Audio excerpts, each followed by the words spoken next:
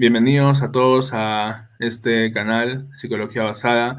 El día de hoy tenemos a un invitado muy especial, muy importante dentro de la psicología, quien es Ramón Nogueras. Eh, pues Yo lo de nada, muy importante no lo supero, ¿eh? O sea, yo no me considero importante en absoluto, en absoluto. ok, Pero gracias por la amabilidad. ok. Pues nada, un placer de que estés aquí, por tomarte tu tiempo, la disposición y nada, si quisiera decir un par de palabras antes de empezar. Nada, es un gusto compartir este rato con vosotros y espero que lo que comentemos aquí sea interesante y sea útil a las personas que te siguen y que escuchan este podcast. Va, excelente. ¿Te parece si empezamos con las preguntas que tenemos ahí? Un Ujú. par, vale. Ok. Adelante, vamos con ello. Bien, a ver, empezamos. Bien, ¿por qué un psicólogo terminaría escribiendo un libro titulado ¿Por qué creemos en mierdas? Bueno, pues en mi caso concreto, pues por un poco un cúmulo de circunstancias. En primer lugar, cuando yo empecé en divulgación, empecé con una charla precisamente sobre el tema de por qué la gente desarrolla ideas extrañas. Y para esa charla me basé en un texto de Richard Wiseman que se llama Paranormalidad, ¿no? Y de hecho a la charla le puse ese nombre y expliqué pues, que la charla es material, bueno, que me había basado en ese libro. Y empecé a interesarme en eso, que era un tema que hasta entonces, pues, bueno, siempre me había parecido relevante, pero que por temas de trabajo, pues no era lo que quizá yo había trabajado más a fondo, porque yo me había dedicado más, pues por un lado a la terapia y a la consulta privada, y por otro lado al trabajo en organizaciones, en recursos humanos. Entonces, cuando tú miras a tu alrededor, pues un hecho que es innegable e inevitable es que a pesar de todos nuestros avances tecnológicos, la cantidad de información rigurosa y científica que tenemos a nuestro alcance, pues la gente sigue creyendo en cada cosa que te quedas loco a veces, ¿no? De decir, pero ¿cómo es esto? Yo la otra noche estuve sentada en una mesa escuchando a gente explicarme pues, mi personalidad en base a los signos del zodiaco que dices tú, bueno, pues para eso he hecho yo una carrera y 3 másteres en psicología, ¿sabes? Para que vengan ahora y me digan, claro, es que si tú eres muy Leo con la luna en no sé dónde y el ascendente ya no me acuerdo, de no sé cuánto más. Entonces, pues Ok. claro, una de las cosas que yo perseguía también era desmitificar un poco la idea de que para creer en estas cosas uno tiene que ser tonto o tiene que estar loco, básicamente. Porque son las dos creencias más comunes, ¿no? Cuando te encuentras con alguien que cree cosas muy estrambóticas, pues piensas o que Va. está loco o no, pero lo que es una locura o lo que es absurdo depende Ujú. mucho del contexto. María Jesús Frojano hace poco en un vídeo con Engrama ponía como ejemplo las culturas que han realizado sacrificios humanos, como los aztecas, a los que hoy día si tú coges y le sacas el corazón a un tío mientras está vivo todavía, con un cuchillo, pues lo catalogaría de psicópata. O si sabes que está motivado por la creencia de que si no lo hace el sol no va a salir, pues entonces dirías que a lo mejor esta persona pues, Ujú. tiene una esquizofrenia o alguna... Pero en ese contexto ese señor no está loco, ese señor está haciendo una cosa perfectamente normal. Hemos vivido hasta hace 4 días, literalmente, en una sociedad en la que las ejecuciones eran el equivalente a Netflix, eran una cosa que la gente se iba a ver en vez de ver televisión porque no había televisión. ¿Eran nuestros antepasados unos psicópatas sádicos que disfrutaban con el sufrimiento? Yo diría que no. Entonces, mi meta era, además, demostrar también que, como cualquiera, tú también puedes acabar desarrollando esas creencias, desarrollar un cierto sano escepticismo hacia tus creencias y cómo te vinculas con ellos. Mi idea era un poco esa. Luego la cosa se fue un poco de madre y de hecho ahora estoy trabajando en una versión ampliada en la que vamos a añadir material adicional a este primer libro en el que vamos a tomar la postura contraria y vamos a mostrar todas estas ocasiones en las que la propaganda no funciona, la gente razona bien y no se ve persuadida por cosas estrambóticas y tal, porque la gente creo que a veces se acaba el mensaje del libro de que todo el mundo piensa de forma sesgada y todo mal y tampoco es eso, simplemente era este sano escepticismo de, a ver, siempre tener un poquito de cuestionamiento con tus propias creencias Ujú. y acepta que no tienes que estar loco ni ser tonto para creer en algo extraño. Ya está. Pero Ujú. bueno, a veces el mensaje al final, a base de hablar de sesgos y de heurísticos y de distorsiones de la memoria y de no sé qué, pues acabas teniendo la sensación de que todo el mundo, pues el cerebro no funciona el 29 de febrero de los años bisiestos. Y no es eso. La mayor parte del tiempo las personas pensamos y detectamos bien lo que es verdad y lo que no es verdad. Ujú. Luego ahí entran cosas como el razonamiento motivado, etcétera, que ahí es donde, a lo que se refiere el libro, pero no es el modo más frecuente o más habitual. Eso es lo que intentaba transmitir. Va, excelente, excelente explicación. Eh, Bueno, si pasamos a uno de esos mitos quizás que están dentro de la cultura, ¿por qué seguimos creyendo o se sigue creyendo que usamos solo el 10% del cerebro o que existen los estilos de aprendizaje, que hay personas de cerebro izquierdo y de cerebro derecho? Bueno, a ver, aparte son ideas distorsionadas y mal transmitidas, ¿no? Que llegan al público pues porque la divulgación no siempre se hace bien, porque claro, el mito este del cerebro analítico hemisferio izquierdo frente al cerebro creativo hemisferio derecho viene de un, en ese momento, conocimiento neurocientífico que luego pues se ha ido también matizando y lo que pasa es que, claro, estos mitos no se actualizan. Hoy día sabemos que la localización de las funciones del cerebro es mucho más difusa, no es tan clara como en los antiguos manuales que te decía, esto es el área del lenguaje, esto es el área de la visión, esto es el área de no sé qué. No es tan así.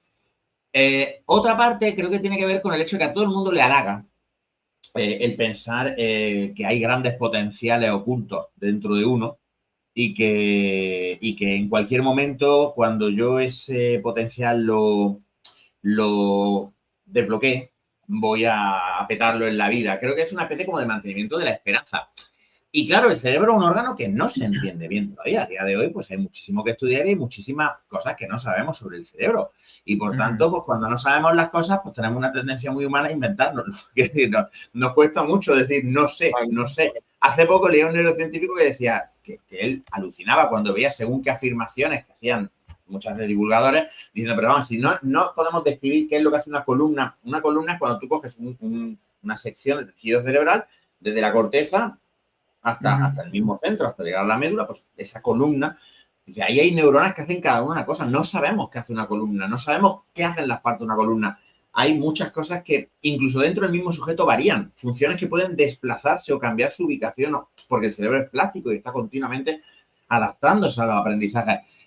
Entonces, claro, yo creo que a todo el mundo esa idea de solo usamos el 10% del cerebro, pero si descubres eso, pues no deja de ser, en cierta forma, una especie de misticismo, pues como la trascendencia que se puede alcanzar mediante, yo que sé, la meditación o prácticas espirituales, ¿no? Esa creencia de, bueno, tú ahora mismo eres un bulto, pero si un día desbloquear ese potencial, pues podría ser la hostia y pasarte el juego de la vida y ganar. Y creo que se mantiene muchas veces, pues, igual que la gente que juega a la lotería, ¿no?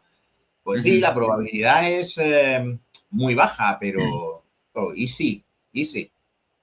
Ujú. Ujú. Bien.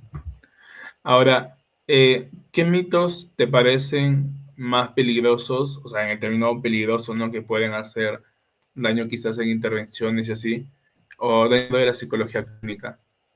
Vamos a ver, mitos dañinos en terapia hay muchísimos. Pero yo, si te parece, voy a tomar una perspectiva un poquito más Vale, elevada para hablar más bien de tendencias generales que de mitos específicos. Mira, vale. una idea muy dañina, muy dañina, muy dañina, muy dañina es la tendencia a la etiqueta, al diagnóstico como explicación última de todo. Yo hago esto porque soy depresivo, yo hago esto porque soy bipolar, porque muchas veces se produce una identificación con esta etiqueta que obstaculiza y que dificulta precisamente el trabajo terapéutico. ¿Por qué? Porque se puede convertir en una profecía autocumplida, se puede convertir en una forma de eludir el afrontar ciertas cosas, ¿no? Ah, yo no puedo, es que tengo TDAH, yo no puedo, es que soy bipolar, yo no puedo, es que tal.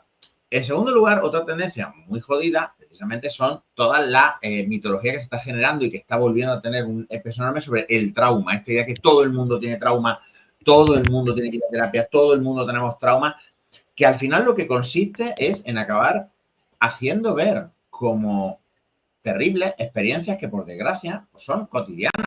Quiero decir, todo el mundo va a sufrir pérdidas. Todo el mundo Ujú. alguna vez perderá un ser querido o sufrirá un accidente o una enfermedad o sufrirá un problema económico o una catástrofe natural. Es decir, la única Vale. forma de no sufrir eventos traumáticos es morirse muy joven. Entonces, lo cual en sí pues también es un problema. Entonces, claro, si hay una tendencia a patologizar y que se junta con la anterior a etiquetar, que hace que la gente convierta y sufra por conductas o situaciones que en realidad son parte de la experiencia humana, aunque sean desagradables. Pues, por ejemplo, eso se ve mucho en la divulgación sobre relaciones, ¿no? La relacionología esta de los tóxicos, los narcisistas, las banderas rojas que tienes que al Vale, final resolver vale, todo en una vale. bandera roja. Ahí Ujú. va. Y esa importancia del trauma no solo choca con la evidencia que demuestra que los seres humanos en general somos resistentes, resilientes, que es la palabra que se usa ahora más, y que por tanto normalmente nos podemos, sobre todo si tenemos apoyo de otros, si tenemos un contexto favorable, lo normal es que nos sobrepongamos a experiencias traumáticas de este estilo. Lo cual además es una buena noticia, pero tú dices esto y la gente se cabrea como si le hubiera insultado.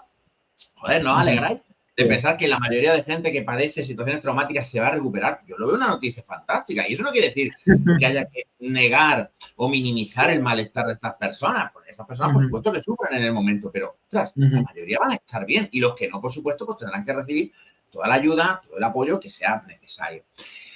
Y luego ya, por supuesto, yo muy parejo con el tema del etiquetado, creo es la fijación excesiva en los rasgos, por ejemplo, pues los rasgos de personalidad como estructura invariantes, ¿no? Que esto es así y además lo explica cuando en realidad no explican nada. Decir, por ejemplo, que a ti te gusta la gente porque eres extrovertido, claro. ¿Y cómo sé que eres extrovertido? Porque te gusta la gente. Y es que eres muy neurótico porque te preocupas mucho. ¿Y por qué te preocupas mucho? Porque eres neurótico. O sea, no explican nada. Claro, y no nos dicen tampoco cómo intervenir.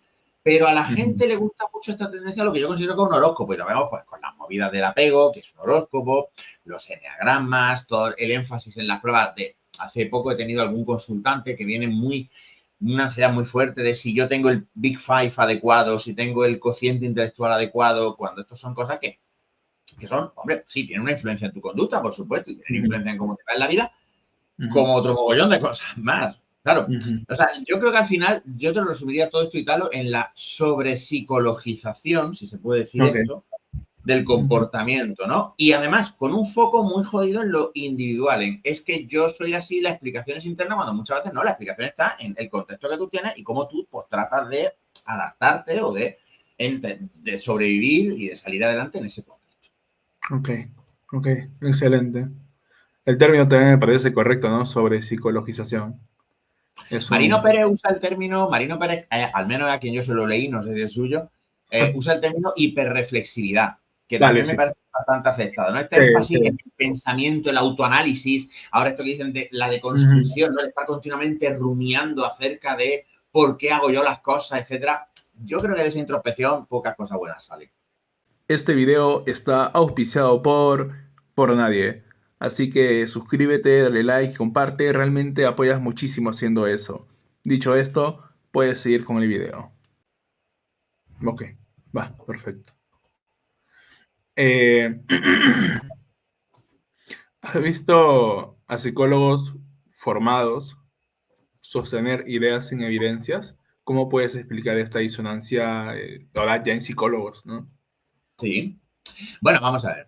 Esto tiene como todo una explicación multifactorial y de hecho hay psicólogos como Scott Lilienfeld, que es uno de los referentes en el tema de la pseudociencia en psicología, que ha publicado artículos investigando por qué los psicólogos hacen cosas que no están basadas en evidencia. Vale, aquí hay muchos factores. En primer lugar, no en todas las universidades se da una formación basada en la evidencia. Esto es así, esto va según el país. Tú te vas a Argentina o te vas a Francia y lo que hay ahí pues es un predominio del psicoanálisis y de la apoyada freudiana y de la apoyada lacaniana y de las tonterías que hay. Te vas a Alemania y las cosas no están mucho mejor. Yo no digo que las universidades en España no tengan sus cosas mejorables, que las tienen, pero la diferencia es notable. En la mayoría de las universidades en España, pues bien que mal, se adhieren a un modelo cognitivo-conductual, hay mucho énfasis en la psicología del aprendizaje, en la neurociencia, con lo cual, bueno, al margen de las críticas que le podamos hacer, pues se hace un intento. Pero también es que en la carrera, al menos aquí en España, no puedo opinar sobre cómo se hace en otros países, hay, por ejemplo, en sanitaria, en clínica, una tendencia a decirle a la gente, bueno, pero luego tú cuando tú trabajes ya cogerás lo que te venga bien a ti, que eso es una cosa que a mí me sulfura. Porque, ¿cómo que cogerás lo que te venga bien a ti? ¿Pero esto qué es? ¿Esto es un restaurante o qué? No, hay una tecnología, en mi caso el análisis funcional, pero ojo, que no es la única forma de trabajar basada en la evidencia. También tenemos la formulación de casos en la terapia cognitiva, por ejemplo, forma rigurosa y se escoge algo que sea riguroso. Y como eso de que, no, es que cada problema psicológico tiene terapias que le van mejor. ¿Pero qué me estás contando? Eso no va así. ¿Qué tontería es esta? Entonces, claro, ya desde la universidad se da un poco pie a la subjetividad y al tema este de que aquí cada cual hace lo que se le canta. Y luego las instituciones que se supone que deberían velar porque hagamos un trabajo riguroso, como son los colegios oficiales de psicólogos aquí en España o su equivalente en otros países, tampoco lo hacen, porque aquí de hecho los colegios promueven formaciones muchas veces de cosas que no tienen ninguna evidencia. Pues claro, ya tenemos ahí un caldo de cultivo. Luego añadamos otros factores. Por ejemplo, a medida que la investigación y las metodologías se hacen más sofisticadas, pues el trabajo de mantenerse al día y el trabajo de interpretar y entender los artículos científicos se vuelve cada vez mayor. Además, los psicólogos no salimos de una probeta, los psicólogos venimos de un contexto y nosotros venimos de una sociedad y muchos psicólogos pasan por la carrera manteniendo las creencias equivocadas, los psicomitos, como los llama Lilienfeld, ¿no? Acerca de la conducta humana, y muchos psicólogos te dicen con absoluta convicción, bueno, es que el inconsciente existe, aunque en la carrera, a lo mejor aquí en España, nunca en un momento se ha hablado del inconsciente.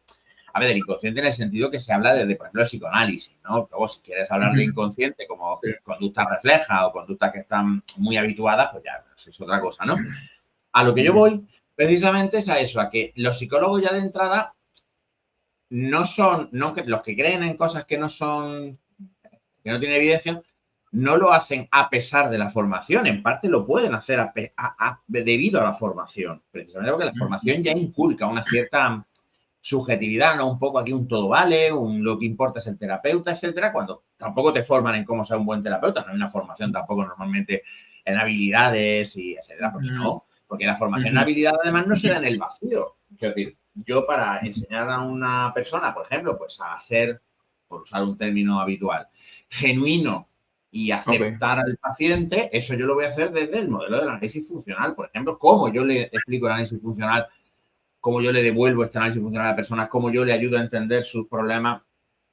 No es lo mismo que una explicación que te vaya a dar, yo qué sé, digo, tal, por ejemplo. Entonces, los psicólogos también muchas veces comparten estas creencias culturales, es mucho trabajo, es muy complejo, y además es que las terapias basadas en la evidencia y la psicología basada en la evidencia es que tiene mala prensa.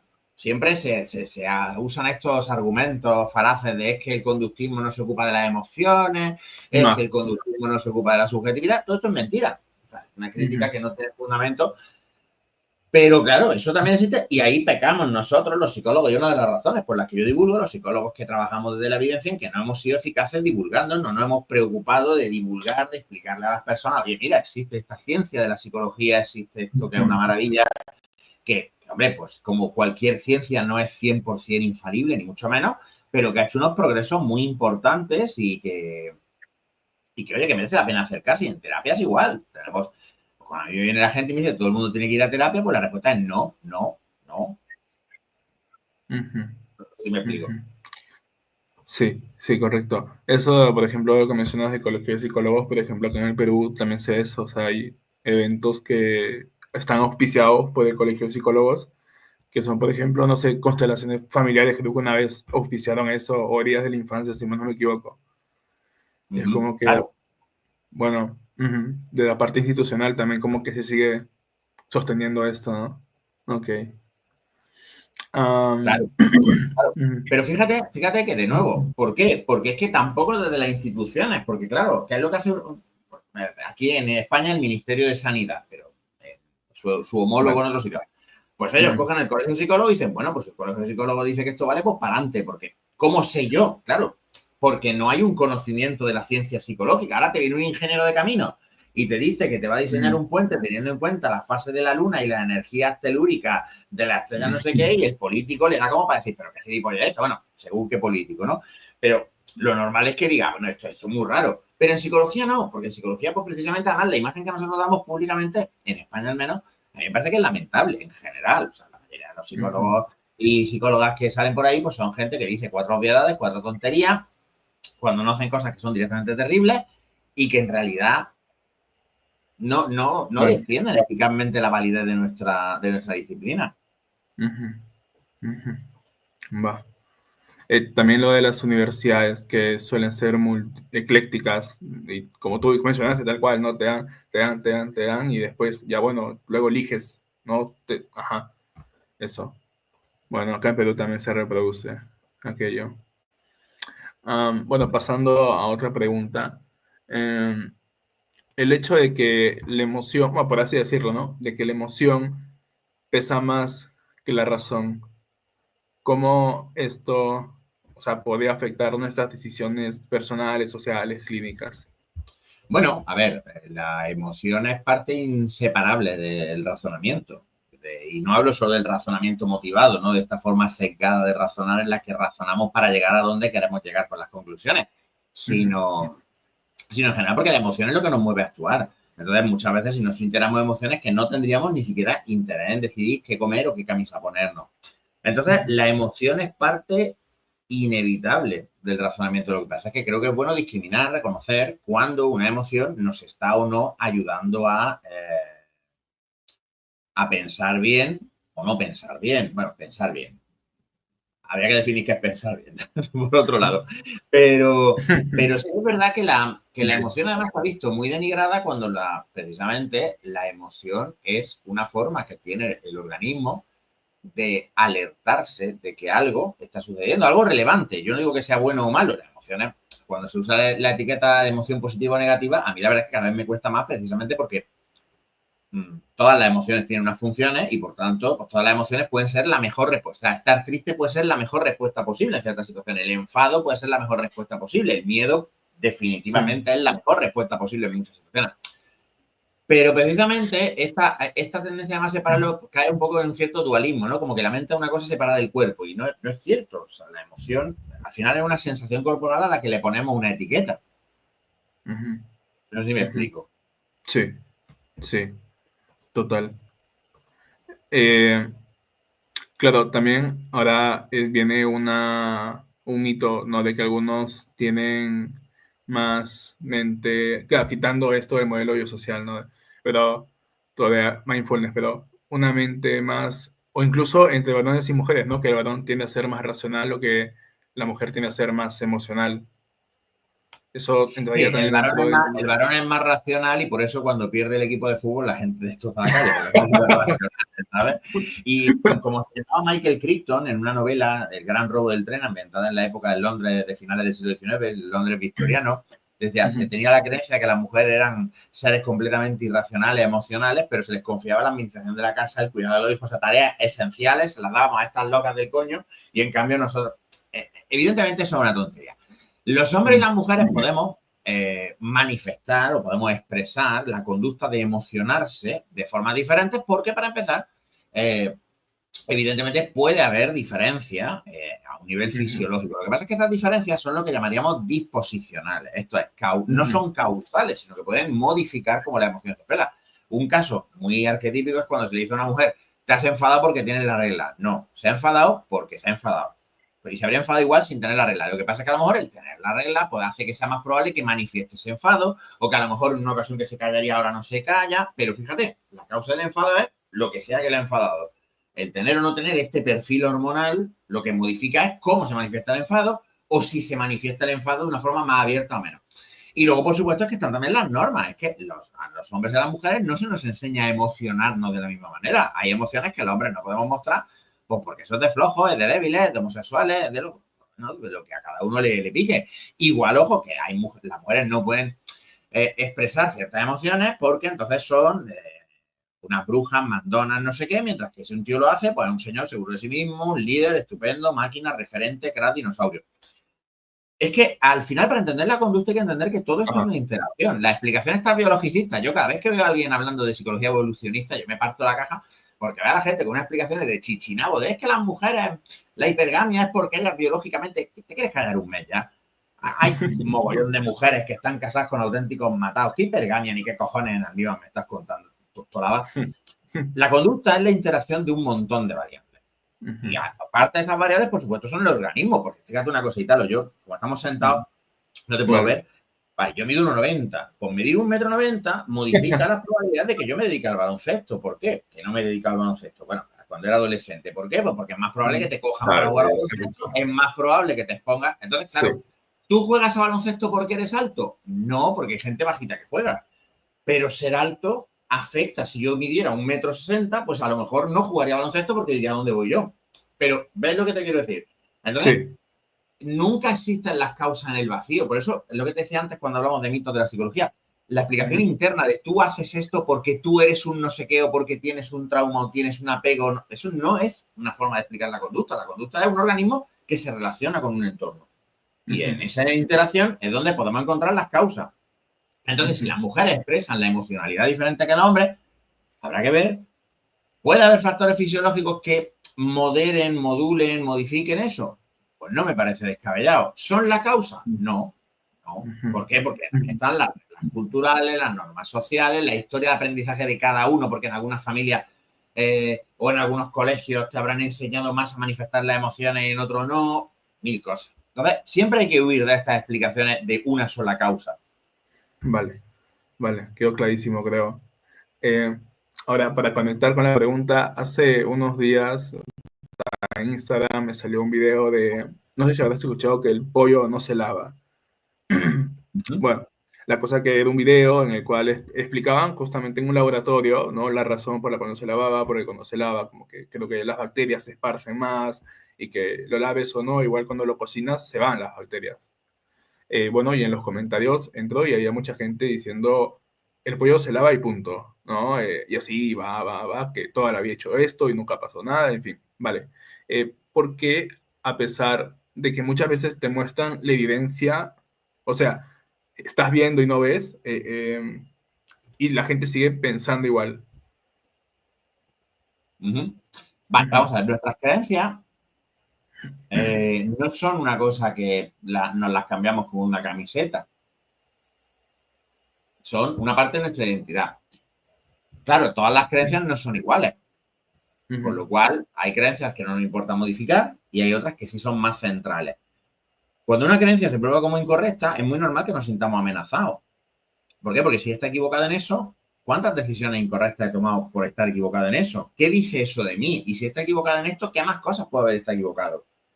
Es una sensación muy desagradable. Entonces, nuestra primera tendencia, muchas veces, que no siempre, porque también hay personas, por supuesto, que cuando se les pone evidencia tienen más facilidad que a otras para decir, pues voy a considerar esto, le voy a dar una vuelta, es ujú. tratar de hacer lo que sea para mantener la creencia que tenías previamente.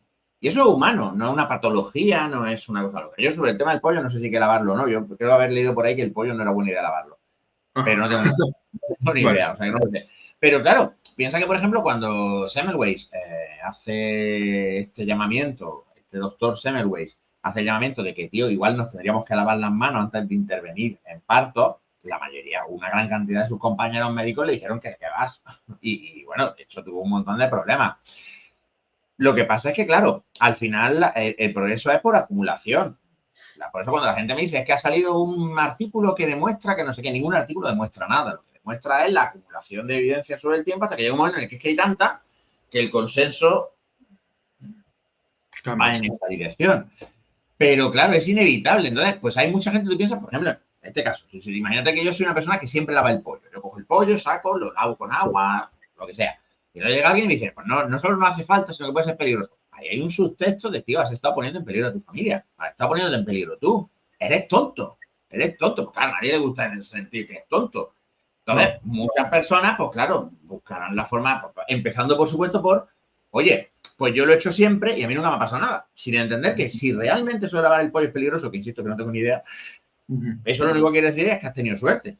Porque yo también puedo fumar toda la vida y no desarrollar cáncer o desarrollar cáncer de pulmón sin haber fumado. Que hay una parte muy grande de hacer en nuestras vidas que no nos gusta aceptar. ujú, Entonces la gente pues se aferra y hace lo que puede para asegurarse de que sus creencias son correctas porque tener razón es muy importante. ujú, ujú. Vale. Eh, Seguramente, bueno, ya lo mencionaste igual, el eneagrama, las constelaciones familiares que, bueno, últimamente está como que cogiendo más peso, al menos acá cada vez veo más sobre esas cosas. Incluso le hicieron un reportaje para un programa de televisión importante aquí en Perú, como vendiéndolo como la alternativa en psicología o, bueno, promoviéndola, ¿no? Como es el caso, la han promovido. Eh, ¿por qué, ¿Por qué arrasan tanto? ¿Por qué? Esa Ujú. es una pregunta interesante porque en primer lugar yo no sé si arrasan tanto. Ok, Eso primero hay que cuestionárselo porque claro, hay una vale. tendencia. Una cosa muy importante desde que yo dejé las redes sociales hace ya bastantes meses es darte cuenta de que en realidad las redes sociales son un corralito y fuera de ese corralito la mayor parte de la gente no tiene ni está, ni tiene idea, ni le interesa. O sea, cuando tú ves las típicas diatribas de Twitter o de Instagram, no sé qué, la mayor parte del tiempo si tú no estás, incluso estando, te puede pasar inadvertido. Pero entonces yo no sé si es tanto que arrasan como que antes no se les veía tanto porque es que antes no se veía tanto a nadie, porque no había esta capacidad de alcance. Entonces, claro, antes la gente cuando iba al psicólogo, yo creo que era una experiencia mucho más fragmentada porque tú ibas a tu psicólogo hacía unas cosas, otro iba a otro y a lo mejor podéis comparar notas, no dice, pues mi psicólogo hace esto, pues mi psicólogo hace lo otro. Pero, claro, ahora la gente se busca y se encuentra y se aglutina. Entonces, si tú haces constelaciones familiares, pues buscas, interactúas con gente que haga constelaciones familiares igual que tú. Y cuando alguien critica las constelaciones familiares, pues vais todos en pandilla, ¿no? Allí a decirle que se equivoca y que es tonto y que es un reprimido y que no sé qué. Claro, eso activa este heurístico, que es el heurístico de disponibilidad, que viene a ser que si algo es fácil de representar, porque por ejemplo lo tenemos muy fresco, lo tenemos muy reciente, o porque sale mucho en los medios, porque lo vemos mucho cuando usamos el teléfono, pues tendemos a sobreestimar lo frecuente que es, tendemos a sobreestimar la importancia que tiene. Entonces, primero hay que plantearse si realmente arrasa. Yo tengo la sensación de que en realidad no tanto. Porque claro, también si uno mirase, por ejemplo, exclusivamente a los divulgadores que hacen divulgación de psicología, pues desde la terapia de conducta, desde las terapias cognitivas, pues uno podría llegar a la conclusión contraria. Yo no tengo números, o sea, yo no lo sé, no sé cuántas cuentas hay en Instagram haciendo una cosa y cuántas hay otra. Lo que sí creo es que, y cada vez estoy más convencido, es que ir a hablar con esta gente, ir a meterse en grescas con ellos, pues perder absolutamente el tiempo, cosa de la que yo soy culpable porque yo he perdido un montón de horas de mi vida discutiendo con gente más tonta que pegarle a Dios con un martillo. Pero sí creo que lo que uno tiene que hacer es poner esta información ahí en el mundo, decir, mira, existe esta terapia, la terapia de conducta, existe el análisis funcional, existe la terapia cognitivo-conductual, existe la neurociencia seria, no las neurochorradas, existe la psicología del aprendizaje, la psicología experimental, y que la gente tenga la oportunidad de acercarse y al mismo tiempo aceptar que probablemente habrá un determinado porcentaje de personas a la que esto le va a entrar por un lado y le va a salir por otro. O sea, yo siempre digo que la divulgación no es para el que está convencido. El que está convencido de que el psicoanálisis es la pera o que las constelaciones familiares son el camino, ese va a creer o va a dejar de creer por sí solo o va a creer toda su vida. Yo divulgo sobre todo para la gente que no tiene una opinión formada y que por tanto, ostras, si recibe esta información, puede decir, me convence o no me convence. Entonces yo no creo que arrasen mucho. De hecho, es más, yo creo que ahora estamos teniendo precisamente, aunque solo sea por temas, por ejemplo, yo me di cuenta haciendo el máster en terapias contextuales que había muchísima gente de Latinoamérica que venía de hacer gestal, de hacer constelaciones familiares y que las terapias contextuales les parecían muy, muy interesantes. No sé si me explico. Entonces, ¿por qué? Pues porque, bueno, pues las terapias contextuales también tienen un mejor marketing o una presentación más amable que el conductismo. Este video está auspiciado por nadie. Así que suscríbete, dale like, comparte. Realmente apoyas muchísimo haciendo eso. Dicho esto, puedes seguir con el video. Bueno, lo que mencionaste me hizo acordar lo que una vez un docente universitario, el doctor Montgomery, nos dijo respecto a los debates. Que él no hacía debates porque igual, o sea, por ejemplo, ¿no? El clásico debate conductismo versus psicoanálisis, ponlo así. Y decía, pues a ver, la gente que viene siendo psicoanalista se va a ir siendo psicoanalista y los que son conductistas se van a ir siendo conductistas. No ganamos nada, es puro morbo. Tal cual. Es que, claro, a ver, insisto, ¿puede haber una persona que a consecuencia de ese debate modifique su posición? Hombre, pues sí, puede haberla. ¿Es probable? Yo creo que poco. Yo creo que poco. Y a mí, yo entiendo que los debates lo que pasa es que al final, como toda conducta que está controlada por el contexto, pues se les da mucho valor porque generan mucha interacción, generan mucho salseo y como ahora estamos todos sumergidos en mayor o menor medida en este sistema de recompensa, de reforzamiento social, donde al final lo que predomina y lo que más se refuerza es la gresca, pues bueno.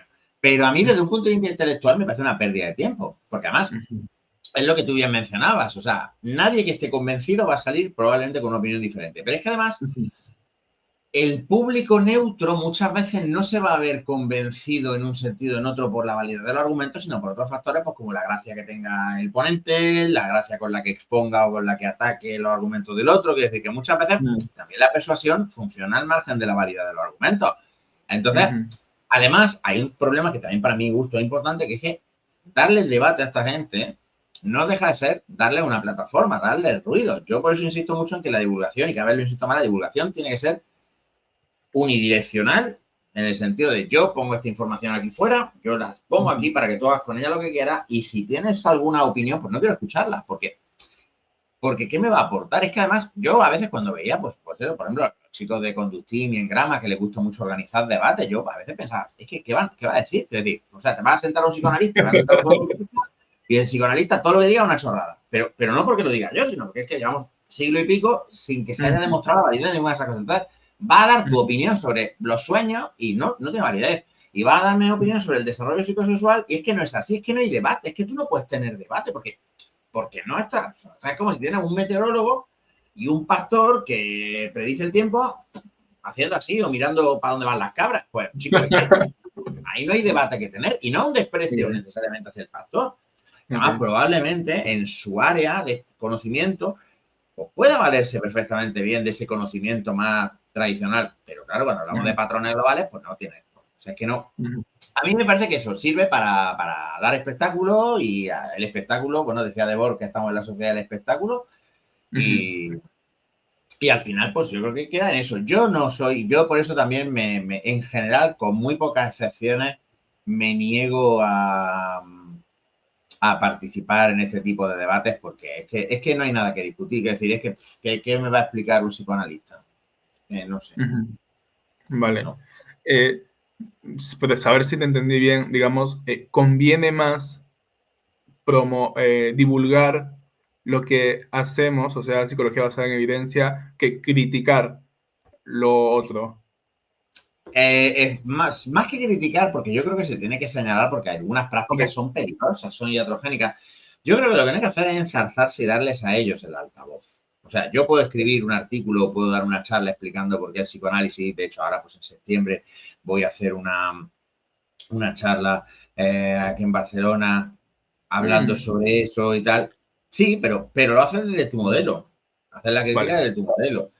Pero ponerme a discutir con un psicoanalista para que me venga al final a los tres mismos argumentos, que es criticáis el psicoanálisis porque tenéis envidia, pero es que no habéis leído a Freud en alemán, es que, o sea, siempre son las mismas cosas. De hecho, además me ha pasado hablar con psicoanalistas, haber leído yo más a Freud, a Lacan, a Jung y a todos estos textos fundacionales, ¿no? Que ellos mismos. Por ejemplo, muchos se quedan sorprendidos cuando les digo que Lacan en un congreso en Basilea en el año 73 reconoció pública y abiertamente esto es una impostura y nosotros somos todos unos impostores, esto que hacemos no vale para nada. Ojo, que Lacan pensaba eso de todas las terapias psicológicas, porque como Lacan no tenía ni puta idea de nada, pues lo pensaba de todo porque la ignorancia es muy atrevida, ¿no? O cuando le explicas que Freud en correspondencia privada reconocía que él no había hecho nada, que se inventaba los casos, etcétera. Todas estas cosas, tú eres un psicoanalista y le entras por leer esa encuesta. Entonces, ¿cuál es el punto de un debate? No, yo presento esta información, te digo dónde puedes ampliar el conocimiento si quieres saberlo y tú verás qué haces. Porque no podemos hacer mucho más. Sería tentador poder hacer más, pero la realidad es otra. Va.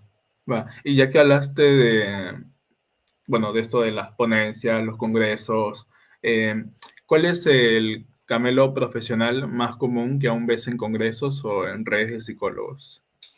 Yo creo que de un tiempo a esta parte está muy presente el tema de las neurotonterías, las neuromierdas, las neurochorradas, porque parece que tenemos un poco este complejo de inferioridad, ¿no? De que nos tenemos que poner una bata blanca porque, por lo visto, la ciencia de la conducta por sí sola no es suficiente. Tenemos que poner fotos de cerebro de colores. Y no digo con esto, una vez más, que el estudio del cerebro no sea importante. Al contrario, todos los psicólogos debemos tener una formación sólida en neurociencia y el estudio del sistema nervioso y del cerebro es una parte importante de nuestro trabajo porque el cerebro está implicado en la mayoría de las conductas, por no decir en todas, ¿vale? Y por supuesto puede haber condiciones del cerebro que afectan a la conducta y por tanto nosotros tenemos, pues yo estoy a favor de que estudiamos endocrinología, estudiamos farmacología, estudiamos fisiología, por supuesto que sí. Pero no necesitamos eso. O sea, si yo estoy trabajando con una persona con ansiedad y realizo un protocolo de exposición que es un procedimiento que está experimentalmente más que contrastado y luego contrastado en estudios clínicos y de campo. Y yo sé que exponerte al estímulo que produce ansiedad reduce la respuesta a ansiedad por habituación. Pues yo no necesito saber qué pasa en tu cerebro. En tu cerebro pasarán cosas. Por supuesto que sí, porque en el cerebro además pasan cosas todo el rato.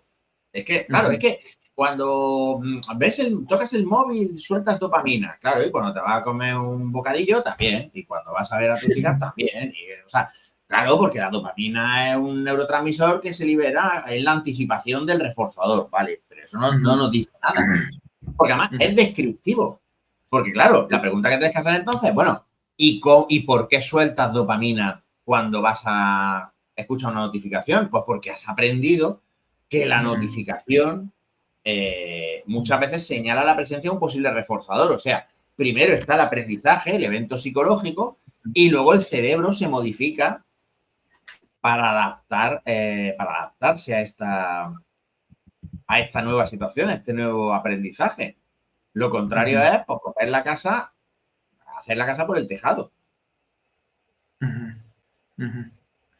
Esto de bueno, pues, no sé, a ver, sí que es ahora último demasiado recurrente, hay neurotodo. Eh, Ahorita estoy intentando acordarme de algo que... Ah, vale, ya me acordé. Hace unos días, no me acuerdo exactamente la fuente, te mentiría porque lo vi en el carro, estaba pasando nada más. Y no sé si habrás escuchado esta noticia, pero se hizo, igual y qué tan cierto sea, pero una operación en el cerebro para curar la depresión o la ansiedad. No sé si la checaste por ahí, la viste. Yo esa noticia en concreto no, pero es que tú piensas que esto no deja de ser la vuelta de tuerca de la terapia electroconvulsiva cura la depresión. Ya, hasta que no. La terapia con alucinógenos cura la depresión. Ya, hasta que no. En su día la lobotomía curaba los males, no sé qué, hasta que no. Yo soy escéptico de estas cosas porque, hombre, pues no podemos negar categóricamente que no puede haber alguna persona a la que una intervención de índole fisiológica no modifique su comportamiento de tal forma que digamos, ostras, pues ya no tiene depresión. ¿Podría darse ese caso? Pues podría darse ese caso, pero es que en la mayoría de los casos lo que ocurre es un proceso de aprendizaje, la persona ha aprendido a estar deprimida como una respuesta que en ese momento tiene un cierto valor adaptativo a su entorno, aunque pueda parecernos perverso, aunque pueda parecernos raro. Y claro, tal y como yo lo veo, nos falta orgullo a la hora de reivindicar estas cosas, porque es que además, mira, hay un caso muy antiguo, ¿no? No voy a sacar el caso de Phineas Gage, el que es el caso que nos dan a Un todos en la carrera, clásico. ¿no? El clásico, pero tenemos el caso de este doctor, ¿no? Un profesor, perdón, universitario, que ve modificar su conducta y de repente empieza a mostrarse completamente desinhibido, se exhibe, le enseña el rabo a la alumna, le hace propuestas sexuales. Y entonces resulta que, bueno, pues al tío no sé si lo llegan a despedir, pero en fin, lo sancionan, lo expedientan y tal. Y resulta que el tío tiene un tumor aquí que le está comprimiendo el lóbulo frontal y cuando le quitan ese tumor, pues esas conductas desaparecen. Entonces, ¿este tío ha visto modificar su conducta por un factor fisiológico? Sí. ¿Es un problema psicológico? No, es un problema médico, es un tumor. Si tú, por ejemplo, tienes unos síntomas por una alteración del tiroides que se parecen a la depresión o tienes ansiedad y tratándote el tiroides se te pasa la ansiedad, entonces tú no tenías un problema de ansiedad, un problema psicológico, tú tenías un problema endocrino, un problema de hormonas. Vale. Claro, Vale. ¿por qué? Vale. Porque esto es, además que esto es una cosa que a mí me encanta, porque luego la gente que tanto se le llena la boca con los manuales y con las categorías diagnósticas se le olvida que todas las categorías diagnósticas tienen un epígrafe que dice esta conducta no se explica mejor por una causa fisiológica o por una alteración debido a una sustancia o lo que sea. Entonces, claro, es que yo no considero que, por ejemplo, si una persona ve alterada su conducta porque tiene un tumor, a eso lo catalogamos como un problema psicológico. Lo podemos catalogar como un problema oncológico o lo podemos catalogar como un problema neuropsicológico, que al final de cuentas, pues están los neuropsicólogos que son los que trabajan con la afectación de la lesión cerebral y con los cambios en la conducta que se dan cuando el cerebro se ve dañado. Pero yo no veo que ese tío tenga un problema psicológico, porque si le quitas el problema quitándole el tumor, entonces el problema era el tumor. Claro, Vale. la línea es muy fina. Si yo tengo mucha fiebre porque tengo una gripe y eso afecta a mi conducta de salir a la calle, ¿podemos decir que yo tengo un problema psicológico que me impide salir a la calle? Yo diría que no. Yo diría que no. Pero mi conducta se está viendo afectada, claro, y si me cortan un brazo, pues seguramente no podré saltar con pértiga, pero tengo un problema psicológico que me impide saltar con pértiga.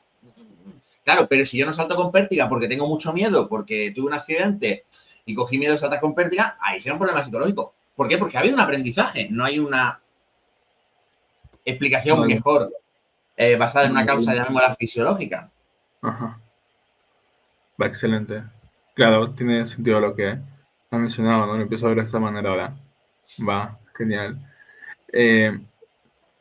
Ahora, dejando de lado O bueno, incluso la divulgación en redes sociales, ¿no? Que hoy en Ujú. día, pues, a ver, hay páginas por mencionar en Grama, ¿no? Que intentan también difundirnos psicología basada en evidencia. Así como en Grama, pues, hay otras páginas. Aquí, pues, en Perú también existen algunas. O Ujú. grupos de estudio, incluso, que seguramente habrás escuchado aquí en Perú, tal vez, quizás, no, bueno. Ujú. CIAC, Psicontec, Psicoevidencia. Bueno, grupos de Ujú. estudiantes que difunden psicología basada en evidencia. Sí. Ahora, eh, ¿cómo crees tú que se tiene que divulgar la psicología sin caer en simplificaciones ni un academicismo muy estricto para poder llegar a más personas? Vale, a ver, hay un tema aquí que es que, en primer lugar, yo no creo que sea, vamos, no creo que ni yo ni nadie tengamos la solución unívoca, ¿no? De cómo hay que hacer las cosas. O sea, yo no Vale. sé, yo divulgo de una forma que a mí me ha funcionado, igual que otra gente puede divulgar de una forma diferente que a ellos les haya funcionado. Dicho esto, dicho esto, Ok. eh, dicho esto, la clave para mí aquí sobre todo es el ejercicio de traducción, que es el pensar en cómo traduzco yo esto a, a un lenguaje, cómo lo traduzco a una experiencia relevante para la persona que está haciendo, a la que me estoy dirigiendo, porque al final yo creo que sin aplicabilidad la divulgación se queda coja. Y la psicología, a fin de cuentas, creo que es posiblemente el ámbito académico científico que más aplicabilidad tiene, porque al final nuestro objeto de estudio es todo. Todo lo que hacen las personas es conducta y, por tanto, todo es objeto de la ciencia de la conducta. Entonces, yo creo que, mira, las claves son, en primer lugar,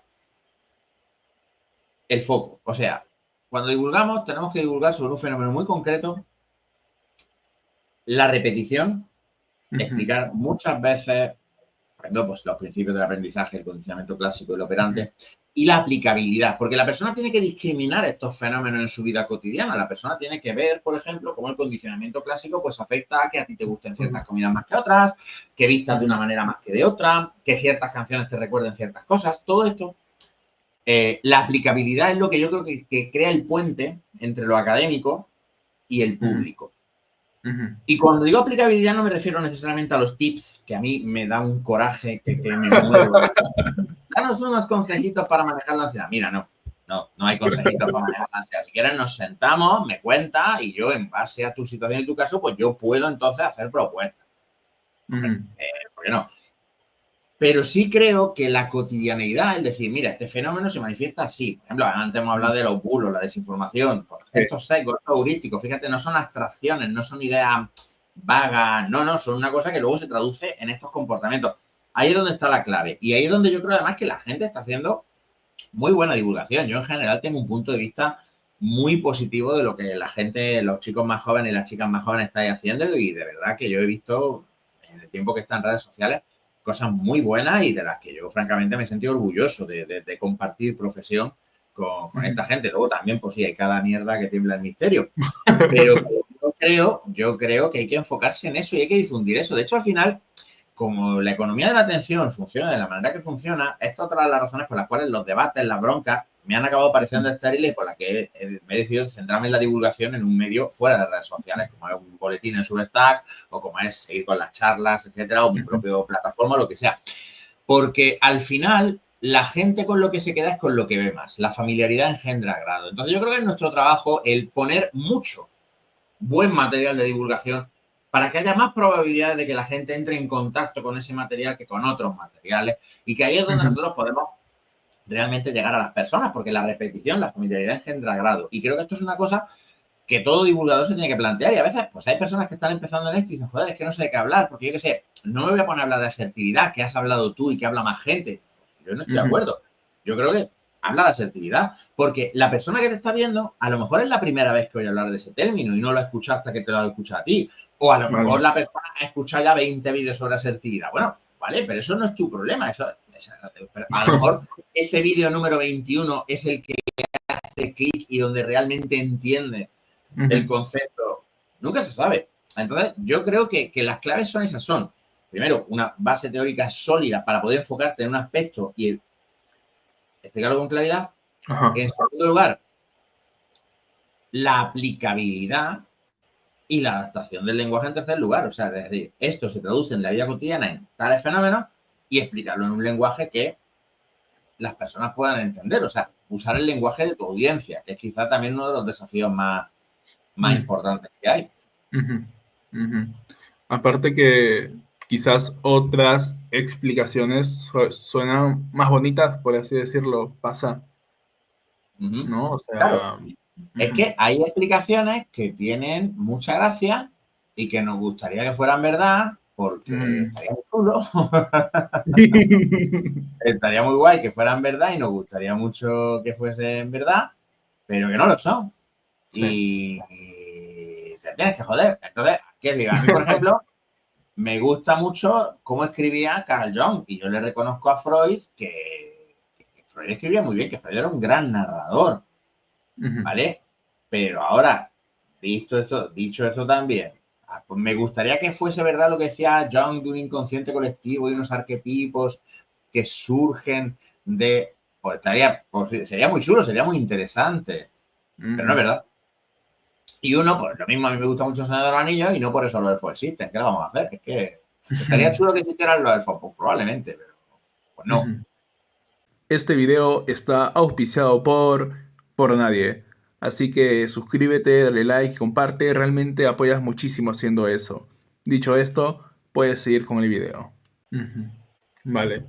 Y ahora quizás una pregunta más personal.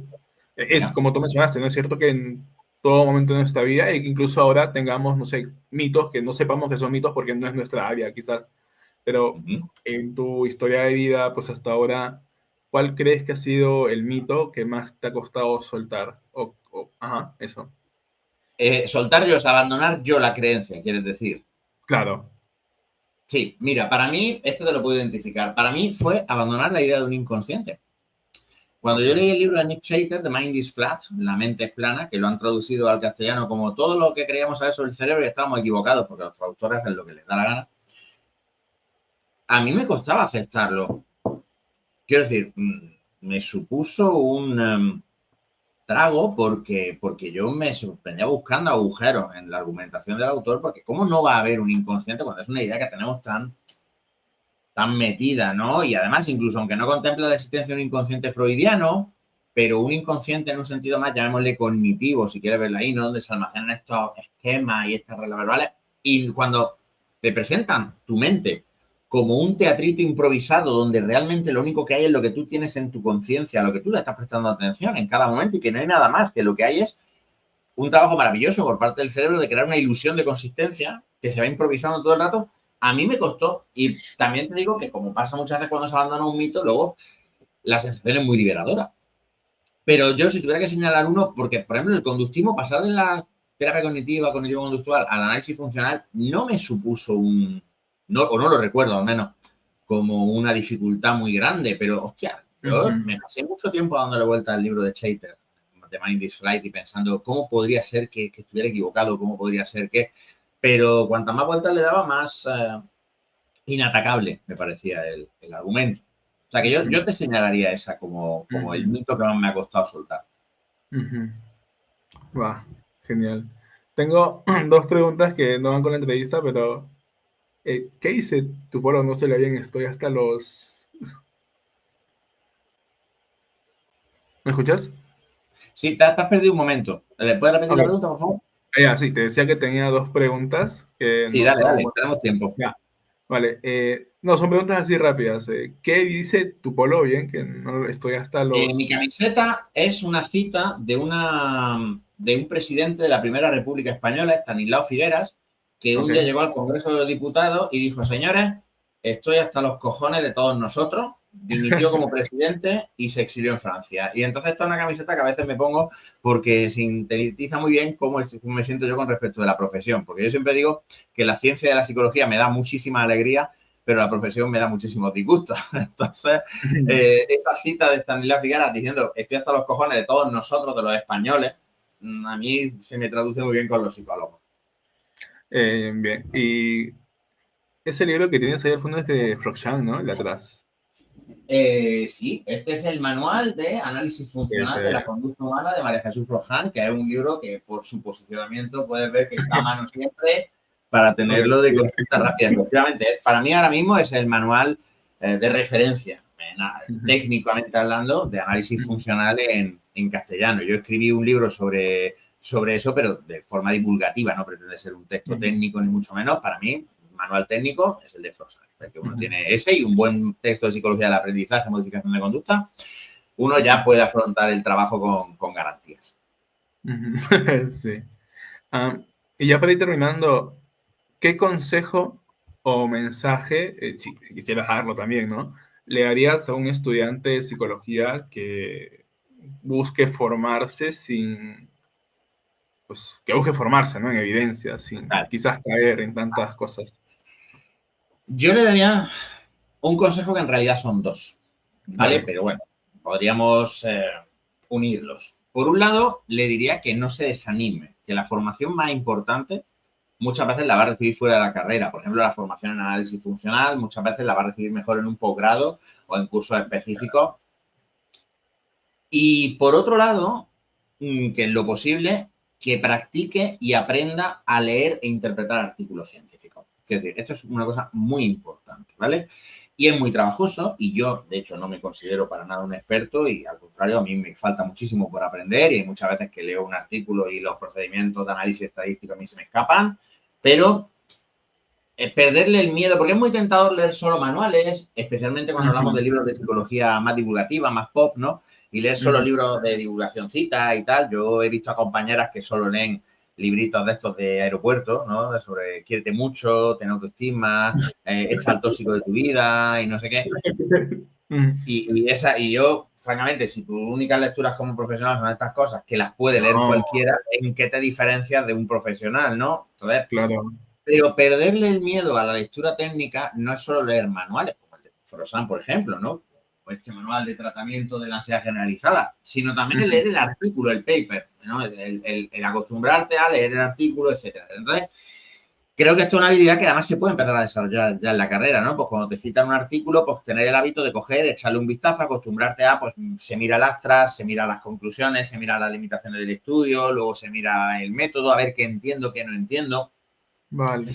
Porque esto te va a facilitar sobre todo mucho la resolución de esa duda eterna de, hostia, estaré haciéndolo bien, estaré haciendo cosas que tienen evidencia o me estoy engañando o estoy haciendo una cosa que yo creo que tiene evidencia y en realidad no la tiene. Entonces, yo creo que eso es muy importante. Entonces, yo te diría, son dos. Y sobre todo, no te desanimes porque no pasa nada por salir de la carrera con la sensación de que no sabes nada. Es que nunca vas a saber todo. O sea, tú no vas a dejar de formarte. Hay una coña que yo hago mucho y la tengo ya un poco gastada, ¿no? Que cuando yo empecé a leer el libro de Andrés García de aprendizaje complejo, pues me di cuenta que yo no sabía análisis funcional. Yo pensaba que sabía y resulta que no. Porque, bueno, pues el libro pues, a un nivel que a mí me ha costado mucho alcanzar y seguir. Entonces, no tienes que sentirte mal por no saber, porque no saber es el estado normal del psicólogo, ¿no? ¿Vale? Lo que importa es, no sé esto, por tanto, lo tengo que aprender. Y al final, esa es la única actitud que tú puedes tener. Ok. Bueno, eso de salir sin saber nada es algo, bueno, que está demasiado cierto. O sea, uno acaba la carrera o está acabando la carrera y dice, ¿qué sé? ¿No? Y claro, siento que lo que más he aprendido también ha sido fuera, ¿no? Y que quizás si no hubiese conocido ese mundillo, pues estaría también, ¿no? Y bueno. Efectivamente. Vale. Efectivamente. Entonces, claro, lo que precisamente esto que muchas veces puede ser una fuente de desánimo porque dices, joder, he perdido el tiempo. No, no has perdido el tiempo. Tú has adquirido unos fundamentos y si aprovecha el tiempo en la carrera para adquirir esos fundamentos, la formación de después que vas a tener que hacerla porque tienes que hacerla, va a ser más llevadera y va a ser más amable. Y también un consejo, si me va a permitir uno extra, es tienes que entender muy bien, y esto es una cosa que yo no hago bien, muchas veces la cultura y el contexto, y yo me refiero, por ejemplo, a cosas como la cultura popular, porque, por ejemplo, yo no veo prácticamente no veo televisión, entonces hay veces que yo me pierdo cosas porque no entiendo el contexto de las referencias culturales, los programas de televisión, las series, la música. Entonces creo que un psicólogo tiene que ser un observador y un participante ávido, y eso es una cosa que estoy intentando cambiar para alegría de mi hija, ahora que estoy escuchando la misma música que ella. Un ávido participante en la cultura en la que las personas con las que él trabaja van a vivir, porque al final tú, para entender a una persona, tienes que entender su contexto. Entonces aquí me tienes escuchando reggaetón, que no es que sea una cosa que me guste, pero como mi hija lo escucha, pues yo quiero entender lo que mi hija escucha. Y oye, pues a base de exponerte al final, pues vas discriminando y diciendo, oye, pues esto sí, esto no. Ujú, ujú. Ok, ok, bien, Ramón. Y ahora sí, la última. Mencionaste que ibas a estar en un congreso, una universidad, hablando sobre, pues, una crítica al psicoanálisis. Aparte de eso, pues, ¿cuál es A tu ver, próximo proyecto? Ah, mi próximo proyecto es que son muchos, claro. porque, a ver, tú Ok. piensas que bueno, yo estoy embarcado ahora en la escritura de una versión ampliada de Por qué creemos en Ajá, mierda. Vamos a añadir un va. material adicional, porque el libro salió justo antes del confinamiento, pues vamos a añadir un material y además un material que va a presentar también el punto de vista contrario, que es ¿por qué no creemos en mierda? ¿Por qué muchas veces no creemos en mierda? Nos ponen la Ujú, mierda antes y no la creemos. Por otro lado, también hay otro texto, otro libro en el que estoy trabajando que, si todo va bien, saldrá el año que viene, ¿vale? Sobre ok, un ámbito completamente diferente. Y vale. luego, pues en el boletín, en la newsletter que tengo en Substack, aunque estoy pensando cada vez más en llevármela a mi propia plataforma y no depender de Substack ni depender de nadie, pues ahí es donde voy anunciando pues, todas las charlas, eventos y demás cosas en las que participo. Yo sigo haciendo charlas tanto para el público como luego, pero lo que pasa es que también pues, hay trabajo para empresas, hay, por supuesto, el trabajo de la consulta, que es decir, que trato de diversificar. Y el boletín está siendo un poco más irregular precisamente por eso, pero ahora en verano pues vamos a coger de nuevo con fuerza esto. Así que si quieres Ujú, saber en qué ando, el boletín es la newsletter en Substack, que es la mejor forma de estar al día. ujú. ¿Y por redes sociales, Instagram, andas activo o...? No, yo lo dejé como en Uy, septiembre y no he ok, vuelto y no las echo de menos, ni he visto ok. que me haya afectado particularmente para nada. Entonces las cuentas están ahí porque para que borrarlas tendría que entrar y me da pereza. O sea, Ok, no bien, entro desde bien. septiembre, si no me equivoco. Y, y además eso es otra cosa que también es bueno que los psicólogos sepan. No necesitas tener una cuenta en Instagram, no necesitas tener... Es bueno divulgar. Profesionalmente hablando, es una buena forma de darte a conocer, es una gran forma de atraer personas a tu consulta si estás trabajando en una consulta o atraer a Ujú, otro tipo de clientes si te dedicas a otro tipo de áreas de la psicología. Pero yo creo que lo importante es que ajá. tengas tú, y cada vez más creo que es importante que controles tú la plataforma porque cada vez más estar a la deriva del capricho de ese algoritmo o de los que programan el algoritmo, a mí me parece que es una idea muy mala. Tú tienes Ujú, que tener siempre un control sobre tu plataforma. ujú, ujú. Bien, bien, Ramón, ha sido todo por hoy. Nuevamente, muchas gracias por estar aquí, por tu tiempo, por tu espacio. Le he pasado muy bien, creo que hay mucha información valiosa. Y pues nada, si quisiera Igualmente, decir unas palabras para despedir. Ok, ok, bien.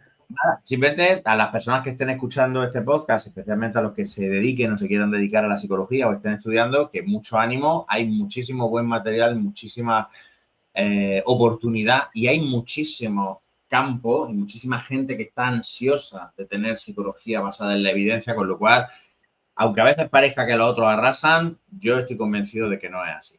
Así que mucho ánimo. Bien, listo, muchas gracias. Hasta luego. Un placer. Chau, chao.